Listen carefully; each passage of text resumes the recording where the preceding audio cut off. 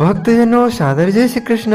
आज हम आपको कार्तिक मास महात्म कथा अध्याय 11 की सुनाने जा रहे हैं। आप सभी से अनुरोध है इस कथा को अंत तक सुनिएगा और सुनने के बाद अधिक से अधिक लोगों को शेयर भी कर दीजिएगा। बोलिए लक्ष्मी नारायण भगवान की जय। गुरुर् ब्रह्मा गुरुर्विष्णु गुरुर्देवो महेश्वर, गुरु साक्षात परब्रह्म तस्मै श्री गुरुवे नमः।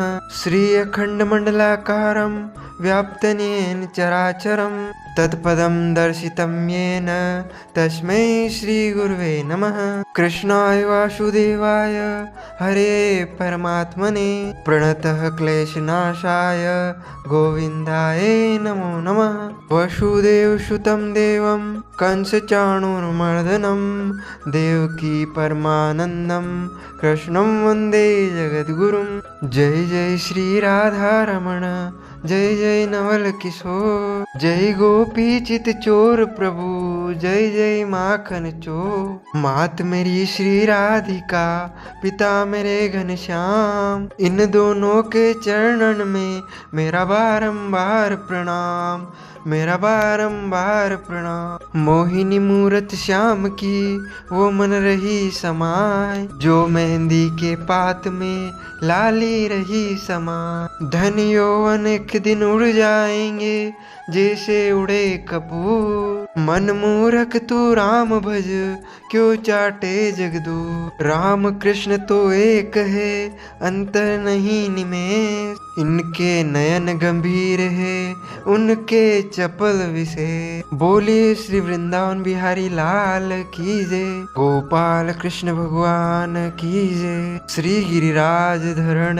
की जय, श्री बाल कृष्ण लाल की जय, श्याम सुंदर श्री रम्य महारानी की जय, जगत गुरु श्री वल्लभाधीश की जय, गोसाई जी परम दयाल की जय, श्री गुरुदेव की जय, लाडले लाल की जय, आज के आनंद की जय। कार्तिक मास महात्म कथा अध्याय 11 का यहाँ से आरंभ होता है।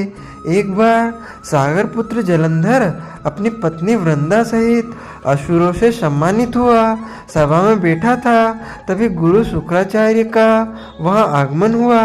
उनके तेज से सभी दिशाएं प्रकाशित हो गई। गुरु शुक्राचार्य को आता देखकर सागर पुत्र जलंधर ने असुरों रहित सहित उठकर बड़े आदर से उन्हें प्रणाम किया। गुरु शुक्राचार्य ने उन सबको आशीर्वाद दिया। फिर जलंधर ने उन्हें एक दिव्य आसन पर बैठाकर स्वयं भी आसन ग्रहण किया। फिर सागर पुत्र जलंधर ने उनसे विनम्रता पूर्वक पूछा, हे गुरुजी, आप हमें यह बताने की कृपा करें कि राहु का सिर किसने काटा था। इस पर दैत्य गुरु शुक्राचार्य ने विरोचन हुए पुत्र हिरण्यकश्यप और उसके धर्मात्मा पौत्र का परिचय देकर देवताओं और असुरों द्वारा समुद्र मंथन की कथा संक्षेप में सुनाते हुए बताया कि जब समुद्र में अमृत निकला तो उस समय देवरूप बनाकर राहु भी पीने बैठ गया। इस पर इंद्र के पक्षपाती भगवान विष्णु ने राहु का सिर काट डाला। अपने गुरु के मुख से इस प्रकार के वचन सुनकर जलंधर के क्रोध की सीमा न रही। उसके नेत्र लाल हो गए। फिर उसने अपने धस्मर नामक दूत को बुलाया और उसे शुक्राचार्य द्वारा सुनाया गया वृत्तांत सुनाया। तत्पश्चात उसने धस्मर को आज्ञा दी कि तुम शीघ्र ही इंद्रपुरी में जाकर इंद्र को मेरी शरण में लाओ। धस्मर जलंधर का बहुत आज्ञाकारी एवं निपुण दूत था।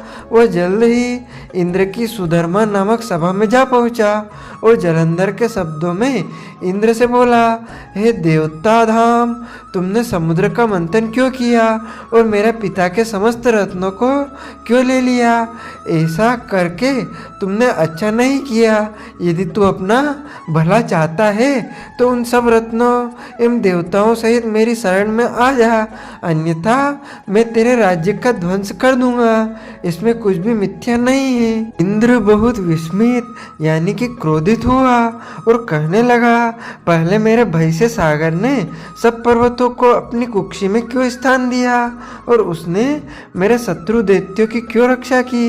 इसी कारण मैंने उनके सब रत्न हरण कर लिए। मेरा द्रोही सुखी नहीं रह सकता, इसमें संदेह नहीं।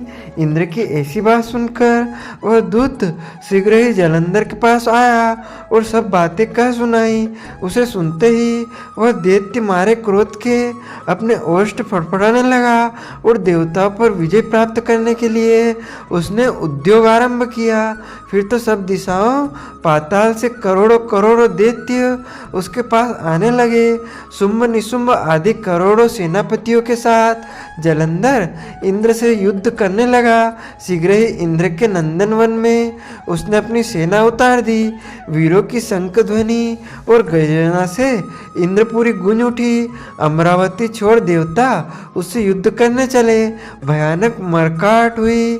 असुरों के गुरु आचार्य शुक्र अपनी मृत संजीवनी विद्या से और देवगुरु बृहस्पति द्रोणागिरी से औषधि लाकर जिलाते रहे। इस पर जलंधर ने क्रुद्ध होकर कहा कि मेरे हाथ से मरे हुए देवता जी कैसे जाते हैं? जिलाने वाली विद्या तो आपके पास है। इस पर शुक्राचार्य ने देवगुरु द्वारा द्रोणाचार्य से औषधि लाकर देवताओं को जिलाने की बात कह दी। यह सुनकर जलंधर और भी कुपित हो गया।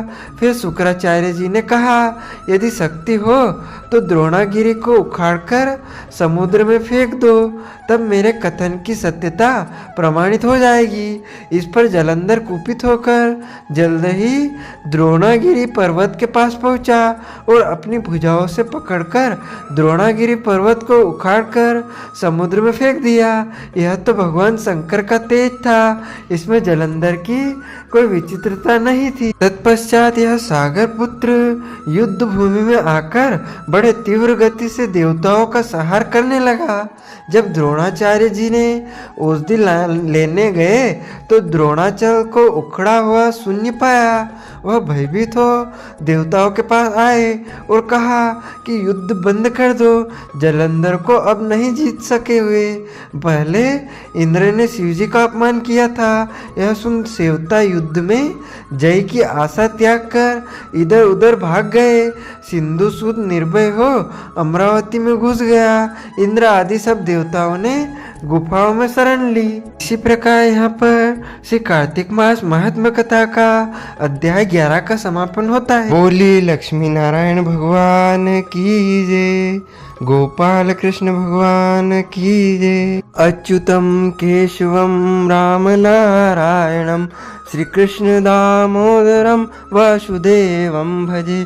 श्रीधरम माधवम गोपिका वल्लभम श्री जानकी नायकम श्री रामचंद्रम भजे। जानकी मनोहरम सर्वलोक नायकम श्री शंकरादि सेवितम पुण्य नाम कीर्तनम। श्री राम राम राम राम राम नाम दायकम। राम कृष्ण वासुदेवा भक्ति मुक्तिदायकम। राम कृष्ण वासुदेवा भक्ति मुक्तिदायकम। बोलिए गोपाल कृष्ण भगवान की जय, श्री कृष्ण चंद्र भगवान की जय, श्री लक्ष्मी नारायण भगवान की जय, श्री बाके बिहारी लाल की जय। भक्तजनों, माताओं, बहनों, यदि आप कार्तिक मास स्नान के निमित्त, कार्तिक मास के निमित्त कोई भी दान पुण्य करना चाहते हैं तो आप नगद राशि हमारे फोन पे QR कोड के माध्यम से पहुंचाकर कार्तिक मास स्नान का संपूर्ण पुण्य लाभ प्राप्त कर सकते हैं। और रोजाना कथा सुनने के लिए हमारे चैनल को सब्सक्राइब अवश्य कर लीजिएगा। आपको और आपके पूरे परिवार को सादर जय श्री कृष्ण, सादर धन्यवाद।